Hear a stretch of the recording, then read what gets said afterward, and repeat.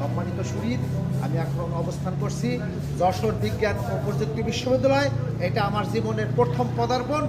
আশা করি আবার বারবার আসবো। যাযাবর চ্যানেলের পক্ষ থেকে যাযাবর মুস্তাফিজ।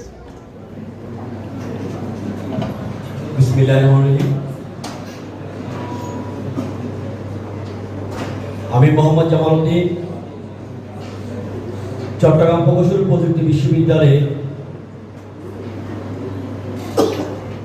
21 বছর ধরে সার্ভিস দিয়ে যাচ্ছি। সাংগঠনিক জীবন 17 বছর। প্রথমে একবার ক্রীড়া সম্পাদক হয়েছিলাম সর্বপ্রথম, এরপর 3 বার সাধারণ সম্পাদক, এখন 4 বারের রানিং সভাপতি।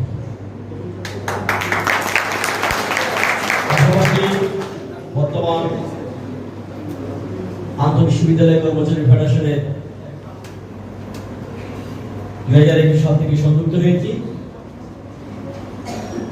আমার মূল পদ সিনিয়র সহ সাংগঠনিক সম্পাদক। সাংগঠনিক সম্পাদক সাইদ ভাই চট্টগ্রাম বিশ্ববিদ্যালয়ে উনি ক্যান্সার আক্রান্ত, অসুস্থ। আমি সাংগঠনিক কার্যক্রম সচল রাখার সাথে আমাকে কমিটির পক্ষ থেকে ভারপ্রাপ্ত সাংগঠনিক সম্পাদক দায়িত্ব দিয়েছে। আমি সেটা কার্যক্রম চালিয়ে যাচ্ছি। এই পর্যন্ত বাংলাদেশের প্রায় বিশ্ববিদ্যালয়ে আমার কয়েকটা হাতে কোনো বিশ্ববিদ্যালয় বাদ দিয়ে সব বিশ্ববিদ্যালয় করা হয়ে গেছে, সাংগঠনিক সম্পদ করেছি। তারই ধারাবাহিকতায় আজকে আপনাদের সামনে উপস্থিত হয়েছি। আমি আজকের এই সাধারণ সভা সম্মানিত সভাপতি, আমার খুব কাছের মানুষ, প্রিয় মানুষ। আমি সকলকে সবসময় বলে থাকি আমাদের আবির্ভাবের নায়ক স্বাগত ইসলাম সবুজ ভাই, মঞ্চ ভূমিষ্ঠ আন্তঃবিশ্ববিদ্যালয় কর্মচারী ফেডারেশনের সুযোগ্য সভাপতি, সুযোগ্য সাধারণ সম্পাদক, আমাদের সকলের গুরু, আমাদের প্রধান উপদেষ্টা আতিয়ার ভাই এবং অন্যান্য বিশ্ববিদ্যালয় থেকে আগত সকল নেতৃবৃন্দ এবং সামগ্রিক আমার সহকর্মীদের আসসালামু আলাইকুম। এবং পাশাপাশি আপনাদের সুযোগ্য সাধারণ সম্পাদক সোহাগ ভাই সহ আমি আবারও কৃতজ্ঞতা জানাচ্ছি আমাদেরকে আমন্ত্রিত করে ধন্য করার জন্য। আমাকে বলা হয়েছিল সংক্ষিপ্ত বক্তব্য রাখার জন্য। আসলে আমার লাইফে আমি সংক্ষিপ্ত জিনিসটা পছন্দ করি না, শুরু করি শেষ কখন হয় জানি না। যাই হোক, আজকে আপনাদের সামনে এসে খুবই ভালো লাগছে।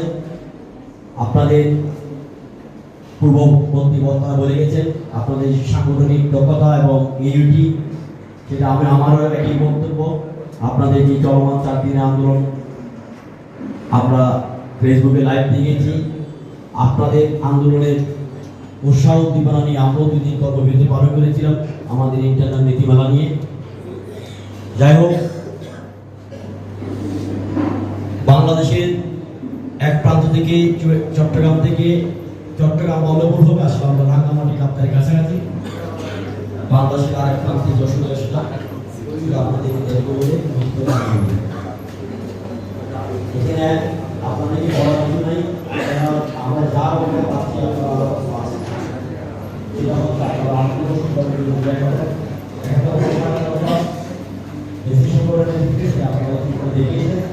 আমি বাংলাদেশের যতটুকু বিশ্ববিদ্যালয় আছে তার ভিতরে আমার দেখা করছি যশোর বিশ্ববিদ্যালয়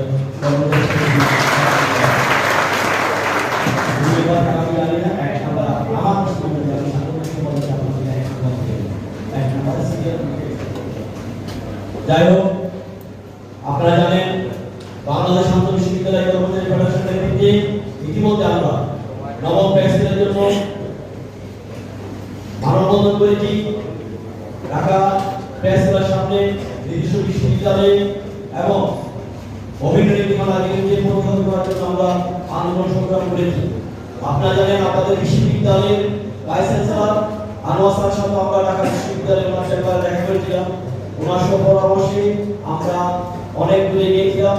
সেটা ধারাবাহিকভাবে এই অভিন্ন নীতিমালা 1 বছর পরে আসলো আমাদের আন্দোলনের ফসলের যে নীতিমালা আজকে দেখছেন আমাদের হাতে, সেখানে আপনাদের নীতিমালা ছিল আমাদের 2টা প্রমোশন, শাসক সমগ্র চাকরি বলে 8 বছর এবং 16 বছর আপনি 2টা গ্রেড পাবেন। যে পদে থাকবেন সেই পদ থেকে কোনো শিক্ষাগত যোগ্যতা বিবেচনা হবে না, আপনি সেখান থেকে আপনি উপরে বেড়ে উঠবেন। আমরা চাকরি লাইফে আমরা আন্দোলন সংগ্রাম করার পরে সেখানে আইনস্কুল সংযোজন বিজন করা হয়েছে, সেটা এখন একজন চাকরিজীবী 3টা অপারেশন পাবে। কিন্তু আমার প্রশ্ন হচ্ছে ইউজিসি কে? আমি আমার অতীতে বক্তব্য বলেছি ইউজিসি হচ্ছে একটা ভাড়া করা গুন্ডা। কেন বলতেন এই গুন্ডাটা? আপনি দেখেন ইউজিসি এই বিশ্ববিদ্যালয়ে আপনারা 500 অধিক কর্মচারী আছেন, শিক্ষক কর্মকর্তা মিলে 1000 উপর আছেন। এখানে শিক্ষক আছে প্রায় 300 উপরে। প্রত্যেকটা বিশ্ববিদ্যালয়ে 300 থেকে 500 টাকা শিক্ষক আছে। আর এই সমস্ত বিশ্ববিদ্যালয়ের কিছু অসাধু ব্যক্তিকে সরকারের পা কাটা করতে ওরা ইউনিতে ভাড়া করে নিয়ে বসায়।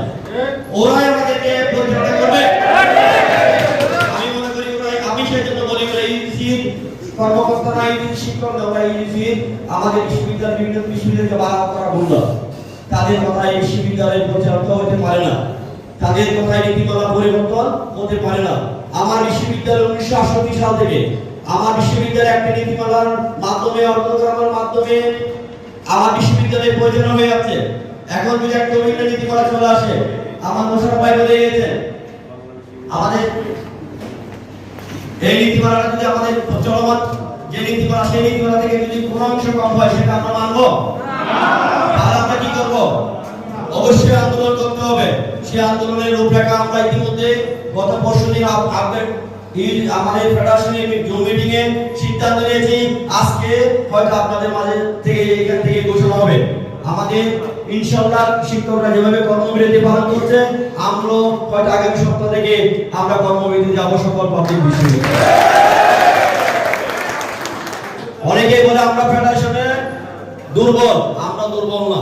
একটা কথা মনে রাখবেন, ফেডারেশন মানে বাংলাদেশের বিভিন্ন বিশ্ববিদ্যালয়ে একজন করে নেতৃবৃন্দ থেকে একটা পরিষদ গঠন করা হয়েছে। তারা একটা সুনির্দিষ্ট পরামর্শ দিবে, সেই পরামর্শ বাস্তবায়ন করতে হবে আপনাদেরকে, আমার বিশ্ববিদ্যালয়ে অন্যান্য বিশ্ববিদ্যালয়ের কর্মচারী ভাইদেরকে। আপনারা শক্তিশালী হলে ফেডারেশন শক্তিশালী হবে। তদ্রূপ কেউ যদি মনে করে আমাদের ফেডারেশন দুর্বল, তাহলে মনে করবেন আপনি দুর্বল। সেজন্য আমাদের ফেডারেশন দুর্বল না, এটা মাথায় রাখবেন। যদি দুর্বল হতে চট্টগ্রাম থেকে যশোর আসতাম না। আপনাদের আবারও সকলকে ফেডারেশনের পাশে থাকার জন্য অনুরোধ জানাচ্ছি এবং আগামীতে ফেডারেশন থেকে যে সমস্ত কর্মসূচি ঘোষণা করা হবে আপনারা সর্বাত্মক পালন করবেন আপনাদের বেসিক সংগঠনের নেতৃত্বে।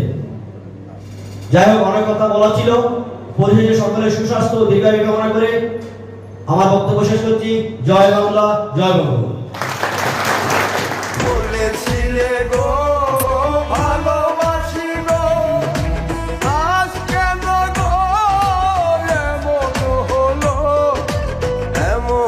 হলো